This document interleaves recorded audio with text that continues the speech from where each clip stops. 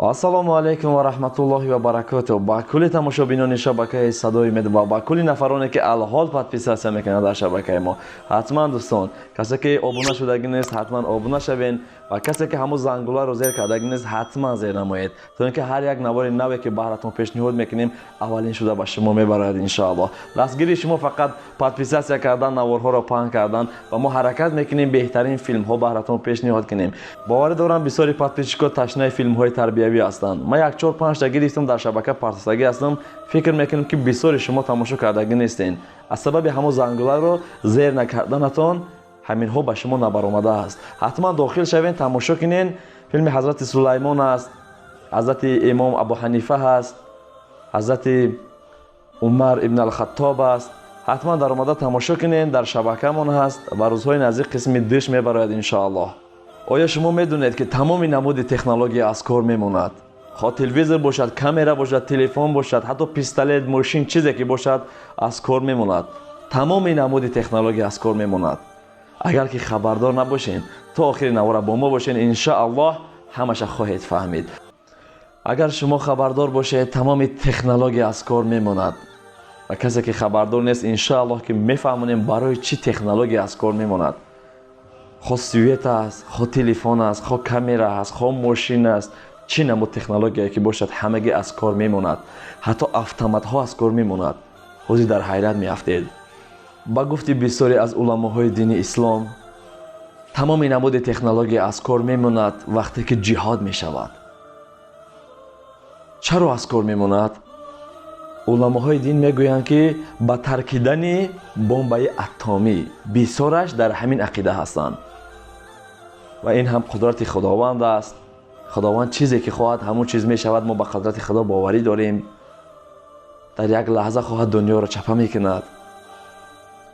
ва ба гуфтаи уламои дини ислом ки ба таркиши ҳамин атомни бомба тамоми технология аз кор мемонад вақте ки ҷиҳод мешавад, ҷанги тан ба тан мешавад. чӣ гуне ки замони расули худо саллаллоҳу алайҳи васалам буд, ба шамшерту ба даст буд, ана ҳамон хел мешавад. ҷиҳоде ки калон мешавад. ва ҳатман мусулмонҳо ғолиб меояд. агар як мусулмон мега боқӣ монад, ҳамон мусулмон ғолиб меояд. чӣ қадар қадр манзалати бузурге дорад мусулмонҳо. ва мо дуо мекунем ки худованд вақте ки ҷиҳодро бубинем, шояд ки мо шумо набинем, агар ки бубинем, дуо мекунем ки сар аз болини мусулмонҳо бардорем ва инсонҳое ки намоз намехонанд, худро мусулмон мегирад, ба дасти мусулмон кушта мешаванд. ва шахсоне ки дашно метиҳанд, ҳаққи мардум мехӯранд, фиребгарӣ мекунанд, инҳо ҳам сар аз болини мусулмон бардошта наметавонанд ва аз дасти мусулмон кушта мешаванд, чунки он дар қайди мусулмон нестанд.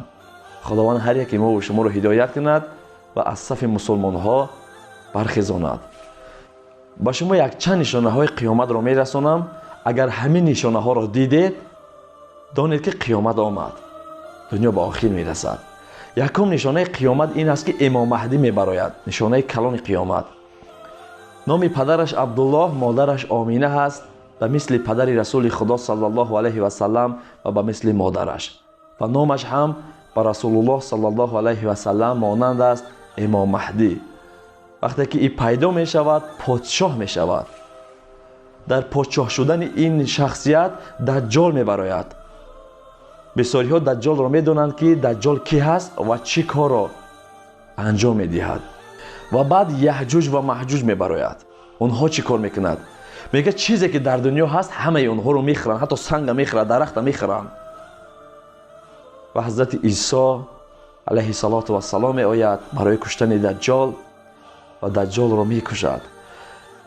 ва ҳамеша дар намозҳо дуо кунем ки худовандо аз фитнаи даҷҷол моро наҷот биде, ки расули худо саллаллоҳу алайҳи васалам гуфтааст, даҷҷол фитнаи хеле калоне дорад.